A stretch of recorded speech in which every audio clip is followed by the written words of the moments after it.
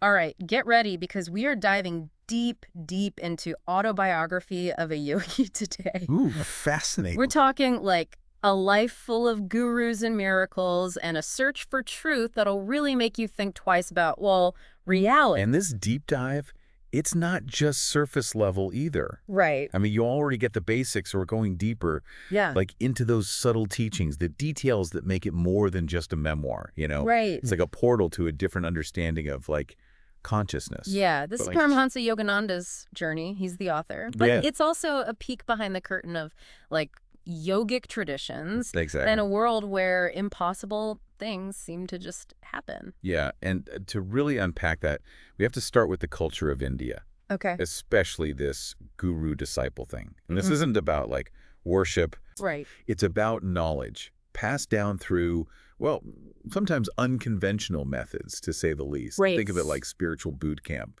But instead of push-ups, you're pushing your perception. And Yogananda's childhood, it's full of these experiences that like hint at that path. Yeah. I mean, he remembers a past life as a Himalayan yogi. Wow. Talk about like a early sign.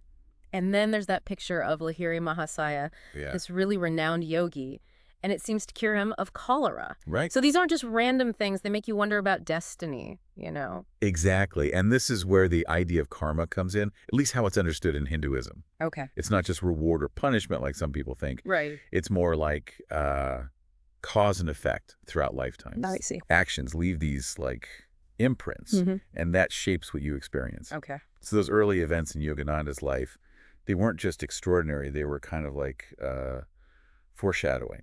It's like those early experiences that wanting something more, it was already steering him toward his destiny. Yeah. Which leads us to Sri Yukteswar, his guru. This guy sounds like the ultimate wise but unorthodox mentor. Absolutely. And their relationship, it shows how a true guru works, you know? Right. It's not about blindly following. It's about being pushed past your comfort zone, Yeah. sometimes literally. Yeah. Like when Sri Yukteswar made him stay in that mosquito-infested room. Oh, yeah. Or how about facing that cobra? Talk about facing your fears. What was the lesson there? Well, it's about understanding that his methods, and they were harsh sometimes, they were to break down his limitations and to build up his faith. I see. You see, he wasn't just teaching, he was molding him through experience, Right. almost forcing him to live by what he was learning. It makes you wonder if those times we feel challenged, maybe those are the moments that really push us toward growth. It's very possible. It reminds me of what you're saying about karma. So if our actions like echo through lifetimes and shape our experiences, Yeah, it makes you rethink those unlucky moments, right? right. Exactly. Maybe they aren't so random after all. It's not about being, like, stuck, Mm-hmm.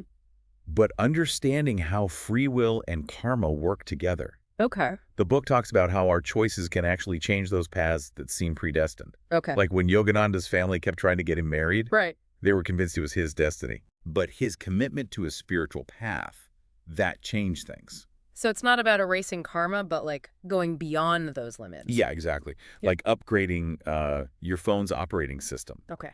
You're still working within the system, but with more choices. I see. And this connects with something else Sri Yukteswar talks about, the yugas. Right. The yugas, these huge cycles of time that influence, well, everything. Yeah, like epochs, but, you know, on a grander scale. Exactly. But Sri Yukteswar's interpretation, that's where things get interesting. Okay. He suggests they aren't just about civilizations rising and falling, Yeah. but that right now, we're in a time ready for a global spiritual awakening. Wow. It's like a huge chance for humanity to evolve, and we're here for it.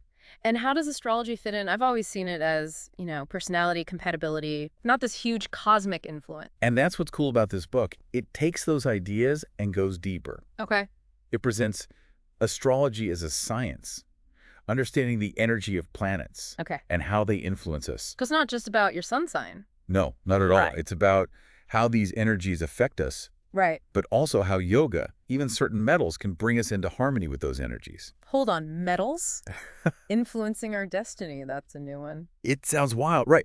But think about it. Everything has its own vibration. Yeah. This shows that everything is connected, Yeah. that we're all part of this cosmic dance. So we've got karma, free will, the yugas, even astrology and metals. It's a lot. Yeah. But it's not about rejecting science for blind faith, right? Right. It's about recognizing the divine within the laws of the universe. Exactly.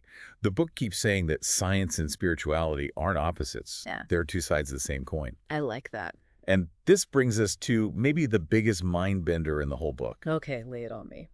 What if everything we see, everything we think is real, Yeah. is actually a cosmic movie, a dream of God? Wait, a dream? Like we're all just characters in God's imagination? Wild, right. That's intense. And that's the point. It makes us question everything about existence.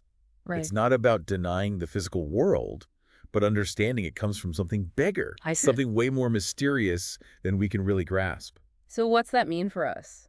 Should we just forget our responsibilities, meditate all day, and wait for the dream to be over? That's the question, isn't it? Yeah. The book doesn't want us to escape, but to engage. Yeah. It's about living here, but not being stuck here. Right. Finding that balance between this physical world and its illusions. So not rejecting the world, but like changing how we see it. Exactly. Yeah. And by getting these deeper truths, we see our lives, our own realities, differently. This idea that reality is more flexible than we think Yeah. makes you wonder what we're limiting ourselves to without realizing it. This whole thing, this idea that we can actually shape our reality. Right. It reminds me of Ram Gopal, the sleepless saint, dedicated his life to meditation and reached this incredible state of awareness. And it's not just about not sleeping. Right. It's what that represents, Yeah. the kind of focus, the stillness that lets someone access that. Right. As you think, what could we do if we could quiet our minds, you know? Right. It's like we're playing a different game, Yeah. different rules, tapping into something beyond what we usually experience. Absolutely. But are these abilities just for, like, these amazing yogis? Right. Can normal people like us tap into that too? And that's the beauty of what Yogananda is saying. Okay. It's not about being special.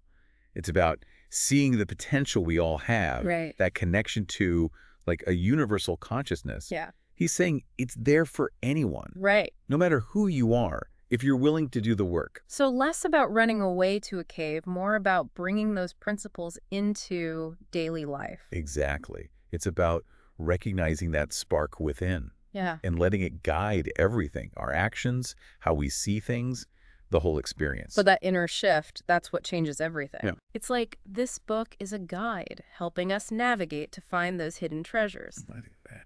But with all this cosmic consciousness talk, it's easy to get lost in it. Yeah. Are there practical things, stuff we can use starting today? Absolutely. One of the biggest takeaways is how powerful our thoughts are. Okay. Yogananda gives all these examples of how they literally shape our reality, All right. our health, relationships, everything. Like that story where Sri Yukteswar helps Yogananda with that illness, right? Yeah. It was his own fear that kept making it worse. Exactly. It's a reminder that we can be our own worst enemies It's so true. with all the negative thoughts and limiting beliefs. But the good news is when you realize how powerful your thoughts are, Right. it's also empowering. If we can make ourselves sick with our minds, imagine what we can do when we choose to think positive, So we're not just watching, we're actively creating our reality. That's it. But how do we bridge that gap? How do we take these big mystical ideas and actually live them? That's where practices like meditation come in. Oh, Yogananda always says how important it is to quiet the mind, yeah. to get to that stillness where we can actually connect to a deeper wisdom. Right. It's always there if we know how to listen. That's powerful. It's about making space for that inner wisdom. Right. So it can flow through us, guide our choices, all of it. It's about being more aware, more in tune with ourselves and the world. And that awareness, that connection can change everything.